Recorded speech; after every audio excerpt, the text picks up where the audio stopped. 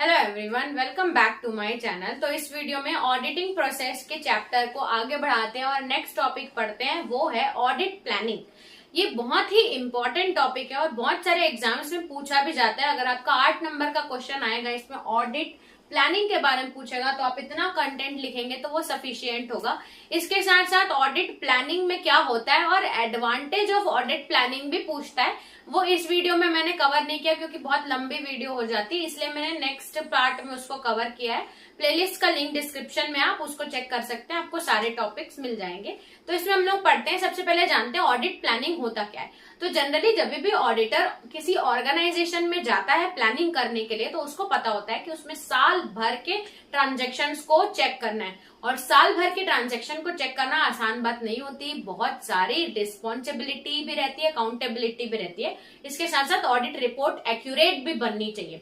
तो इसके लिए इस पूरे साल भर के काम को और इतने बड़े ऑर्गेनाइजेशन जिसका टर्नओवर इतना ज्यादा है उसको चेक करने के लिए ऑडिटर पहले से ही प्लानिंग करता है। वो पहले से उस ऑडिट को कौन करेगा, कैसे करेगा, कितना टाइम कौन से टास्क में एलोकेट करना है, कौन से ट्रांजैक्शंस को कितने देर तक चेक करना है, कौन कौन स्टाफ इसमें अपॉइंट होगा, कितने दिनों में हम कंप्लीट करेंगे, इसका पूरा लेखा जोखा तैयार करता है, जिसको ऑडिट प्लानिंग बोला जाता है। और इसी प्लान के अनुसार या इस प्लान के अकॉर्डिंग वो अपनी ऑडिटर या ऑडिटिंग का काम कंप्लीट करता है एक ऑर्गेनाइजेशन में। तो इसी लिस्ट ऑफ प्लान या टू डू लिस्ट या बोल सकते हो प्रीपेड, यानी कि जो पहले बनाया जाता है प्लानिंग को, प्री प्लानिंग जो बोल सकते हैं, उसको बोला जाता है ऑडिट प्लानिंग। ठीक है, तो ये था हिंदी में मैंने आपको समझाया होता क्या है। तो चलिए इसका थ्योरेटिकल पार्ट जानते हैं।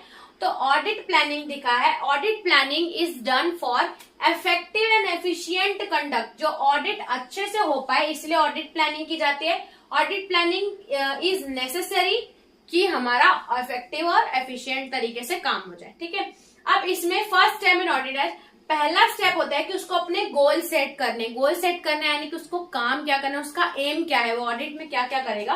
तो पहले वो टाइम बजट तैयार करता है, फिर जितने भी ऑडिट स्टाफ पर्सनल हैं उनको ड्यूटीज देता है, फिर डेट तैयार करता है कि कब वो इंटरीम करेगा या ईयर एंड ऑडिट, अलग अलग कई जगह पे इंटरीम ऑडिट होते हैं, कहीं पे ईयर एंड ऑडिट। तो इसके लिए डेट डिसाइड करता है, फिर वो स्टाफ एलोकेट करता है और उसके पहले वो टाइम डिसाइड करता है कितना टाइम हम एलोकेट करेंगे।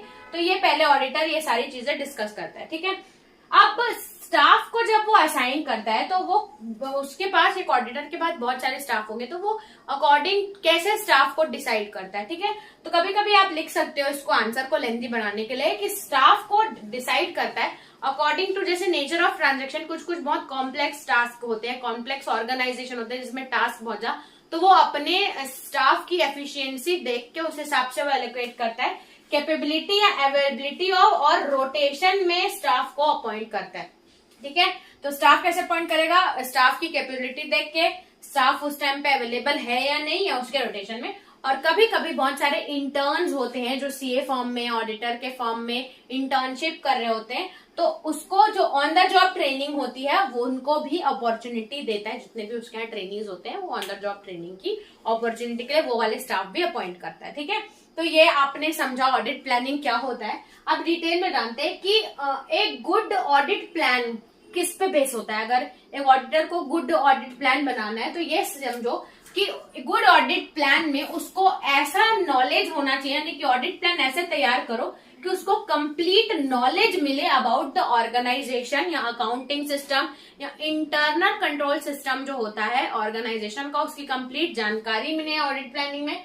प्लस जब वो ऑडिट प्लान तैयार करे तो उसको ये समझ में आए कि जो भी इंटरनल कंट्रोल सिस्टम है उस ऑर्गेनाइजेशन का, उस पर हम कितना भरोसा कर सकते हैं, कितना रिलायबल है वो। उसके बाद सबसे इम्पोर्टेंट है ऑडिट प्लान में आपस में ऑडिटर और उसके स्टाफ, असिस्टेंट ऑडिटर और क्लाइंट का कोऑर्डिनेशन होना चाहिए। तो ये होगा good coordination of the work भी हमारा ऑडिट प्लान में काम करता है। ठीक है, अब और भी प्लान इसलिए, ऑडिट प्लान इसलिए बनाया जाता है ताकि अदर थिंग्स भी हो, जैसे उनको नॉलेज, क्लाइंट से नॉलेज चाहिए, उसके लिए वो करेगा, टाइमिंग देखेगा कि प्रोसीजर क्या होगा, प्लस कोऑर्डिनेशन कैसे होगा। तो ये सब भी कुछ टास्क रहते हैं जिसके वो पहले से ही क्लाइंट से बात करके ऑडिट प्लान प्रिपेयर करता है, ताकि ऑडिट काम करते समय कोई उस टाइम पे हसल ना हो। और दूसरी बात ये कि हम साल भर के ट्रांजैक्शन को चेक करें और हमको जल्दी भी ऑडिटर रिपोर्ट तैयार करनी पड़ती है, इसलिए ये सारी चीजें बारीकी से ध्यान में रखी जाती है। ठीक है, तो अगर आपके एग्जाम में आता है ऑडिट प्लानिंग के बारे में तो आई होप इतना कंटेंट सफिशिएंट है, आप आसानी से अपने भाषा में लिख के कवर कर सकते हो। लेकिन अगर आपके एग्जाम में ये भी पूछता है कि ऑडिट प्लान में क्या क्या होता है या एडवांटेज ऑफ ऑडिट प्लान, तो वो भी हम डिस्कस करेंगे नेक्स्ट वीडियो में। इस वीडियो में इतना ही रखते हैं, चलते हैं नेक्स्ट वीडियो में, देखते हैं नेक्स्ट टॉपिक। तब तक के लिए थैंक्स फॉर वॉचिंग।